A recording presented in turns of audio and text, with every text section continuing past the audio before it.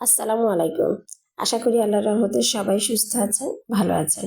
আমিও আলহামদুলিল্লাহ ভালো আছি। কয়েকদিন আগে আমরা গিয়েছিলাম বাণিজ্য মেলায় আমার ননসের সাথে এবং আমার ননসের ছেলে আরও 2 জন। মোট আমরা প্রায় গিয়েছিলাম 5 জন। তো খুব আনন্দ করলাম, ঘুরে বেড়ালাম। এর মধ্যে এই স্পুন হোল্ডারটা প্রথমে ঢুকেই আমার ননসের খুব পছন্দ হয়েছিল, বাট আমি আপাকে কিনতে দেইনি। ভাবলাম ভেতরে যাই, আরও অনেক কিছু দেখব। তারপর এই রানারের দোকানটা দেখলাম। অনেক প্রকারের রানার সেট আছে এবং আলাদা সিঙ্গেলও কিনতে পাওয়া যায়, কুসুম খাবার অনেক কিছু আছে। আসলে প্রতিবারই বাণিজ্য মেলা এক এক সময় এক এক রকম মনে হয়, কিন্তু সববারই সুন্দর লাগে। কারণ বিভিন্ন দেশের বিভিন্ন দোকান, বিভিন্ন মানুষ এসে এই বাণিজ্য মেলায় অংশগ্রহণ করে। আমার ননসের এই রানার সেটটা খুব পছন্দ হয়েছে। আশা আছে আরও একবার যাব, তারপর উনি এটা কিনে নেবে। দাম বলছিল প্রায় 4,500 করে। খুব সুন্দর কাশ্মীরি ডিজাইনের। আর এগুলো তো কমন, এগুলো আমাদের মার্কেটেও দেখা যায়। কিছু আছে আনকমন জিনিস, কিছু আছে কমন জিনিস। এই যেমন এগুলো অনেকটা আড়ঙের আবহাওয়া দেয়, আর এগুলো তো প্রশংসা না করলেই না, এত সুন্দর। আপনারা নিজে না গিয়ে দেখলে বুঝতেই পারবেন না যে এত সুন্দর। সবটাই স্টোন ওয়ার্ক।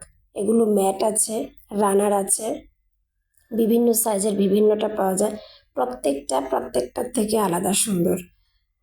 আপা একটা ম্যাট কিনেছে, ম্যাটটা নিয়েছে 1500 টাকা।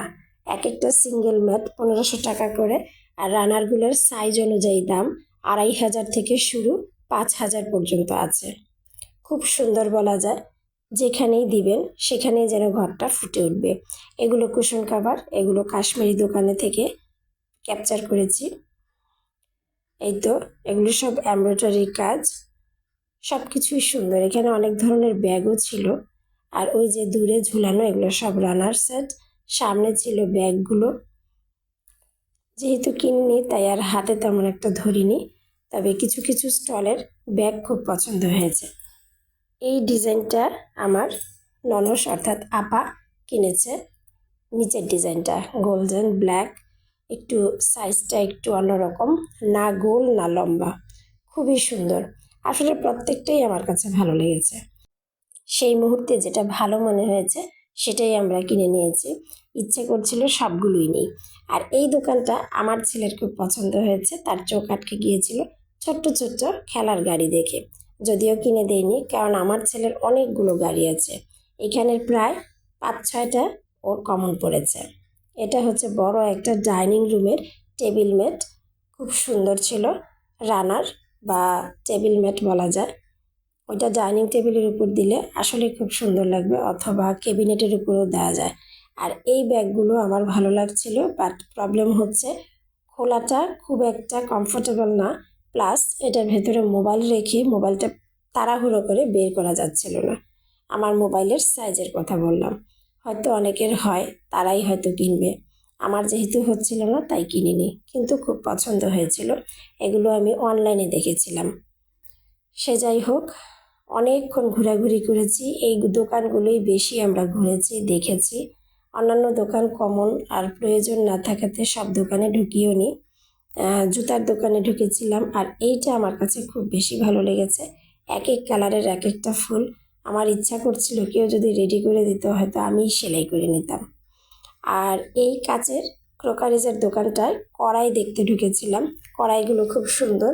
আমি আগেই বলেছি আপনাদের সাথে যে আমি একটা কাচের কড়াই সার্ভিং ডিশ হিসেবে কিনতে চাচ্ছি, বাট এখানে সাদা ছিল না, তবে এই নীল রঙটা আমার কাছে মনে হচ্ছিল ভালো লাগবে। তবে দামে মেলেনি, ফিক্সড প্রাইস করে বসেছিল। তা আমি ভেবেছিলাম আরও দোকান পাবো, বাট ভেতরে যাওয়ার পর দোকানটা আমি হারিয়ে ফেলেছিলাম, আসার পথে আর কিনতে পারিনি। এই রাগগুলোও অনেক সুন্দর ছিল, যদিও ক্যামেরাতে যথেষ্ট সুন্দর, সামনাসামনি আমার কাছে মনে হচ্ছে একটু ম্যাট কার্পেটের মতন গ্লেজি না। আর ব্যাগগুলো খুব বেশি সুন্দর, যাদের প্রয়োজন তারা কিন্তু মেলায় গিয়ে দামাদামি করে কিনে নিতে পারেন। এইসব আনকমন জিনিস আসলে মেলা ছাড়া সহজে চোখেও পড়ে না, পাওয়াও যায় না। গর্জিয়াস কিছু কুশন কাভারও ছিল। এটাও একটা কুশন, এটাও একটা কুশন।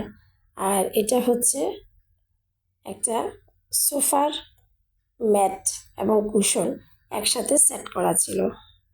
এই হলুদ ব্যাগটা খুব সুন্দর ছিল। আসলে সব কিছুই সুন্দর, কোনোটাই আমার কাছে অসুন্দর মনে হয়নি। তারপর আমরা গিয়েছিলাম ক্রোকারিজের দোকানে। আপা একটা পাতিল এবং আমি 2টা পাতিল কিনেছি, অবশ্যই আপনাদেরকে দেখাবো।